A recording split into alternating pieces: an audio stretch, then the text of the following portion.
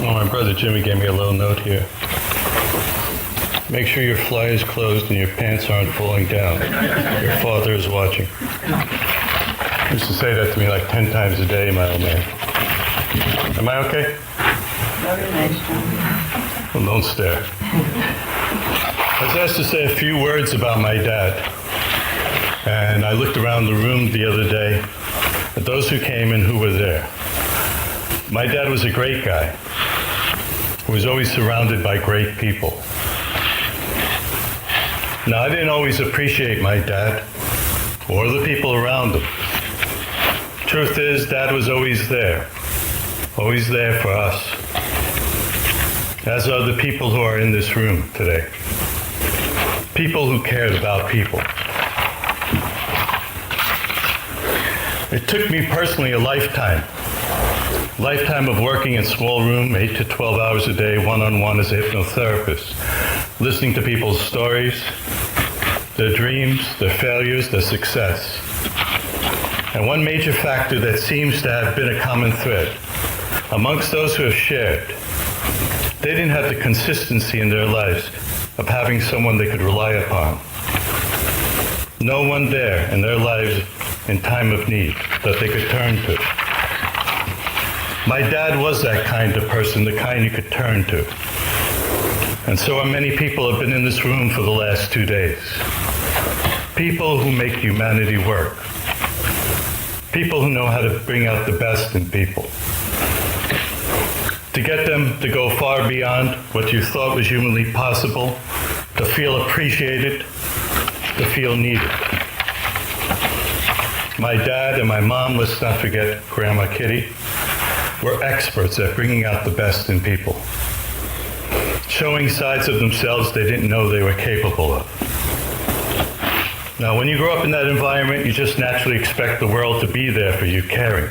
But the world's not like that. The people in this room create these worlds. The neighborhood we grew up in was a hostile and dangerous place run by dangerous men.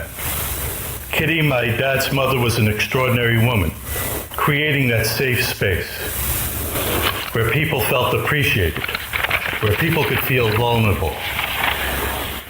Now, my dad was creative, talented. He could build anything, as everyone knows. He started out by building elegant, handcrafted designer wooden radiator covers that were both decorative and functional. Many kids growing up in the neighborhood fried their hands on those old radiators. Right, Joey? When Dad entered the shipping industry, his perfectionistic attitude, he so fit the needs of a new growing, emerging industry. He could, in drawing and design, he was so organized, plan out balance where cargo would be laid in the ships of the day so they could safely cross the sea. So good was Dad that he was promoted through the ranks on his own merit. Captains would not set their ships out in turbulent seas unless my father checked the plans, looked it over, and gave his okay. Dad was in the shipping industry in its infancy. He winged it. He created innovations back then which became the industry standard. My dad was an ever-expanding encyclopedia of how to make things work. He could build anything. He was a perfectionist. But I want you to look around today. Look around at the people in this room who made up that inclusive family of my dad. His sister, my Aunt Joan, she was no different than her mom and my father. She was there for all of us. Cosmo, who had to leave, and our extended family. He went from being a medic in the Army to being the most highly trusted and innovative hospital administrator of the century. Just like his father Vito, those of you who had the privilege to meet him. As a kid, Dad worked around the clock. He wasn't around. Cosmo's father, Vito, was like a substitute father to me and every other kid in the neighborhood. Vito was a protector of children. His son, Cosmo, ended up becoming a protector of people.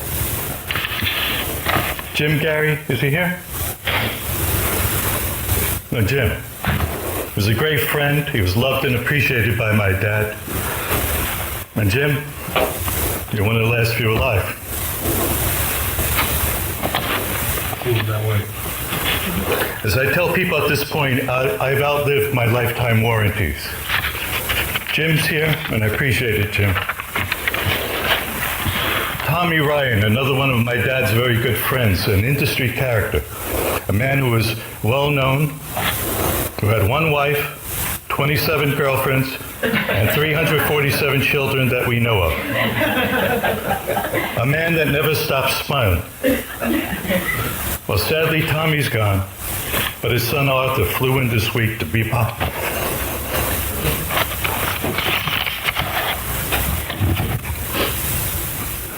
My family, Dad's family, way too many people to speak about in this room.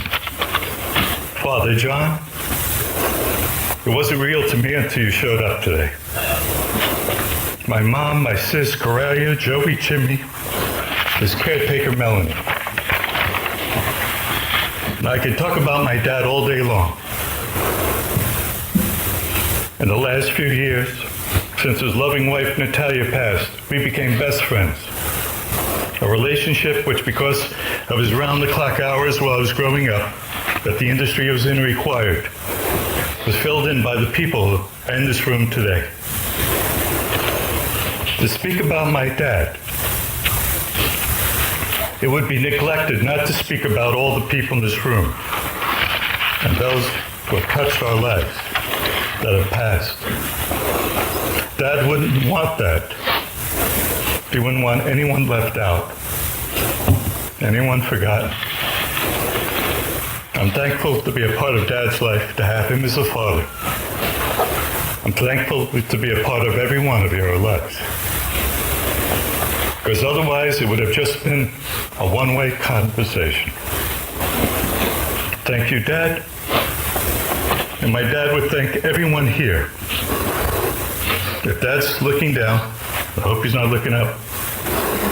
I'm sure you made his day, just like everyone in this room made his life. Thank you.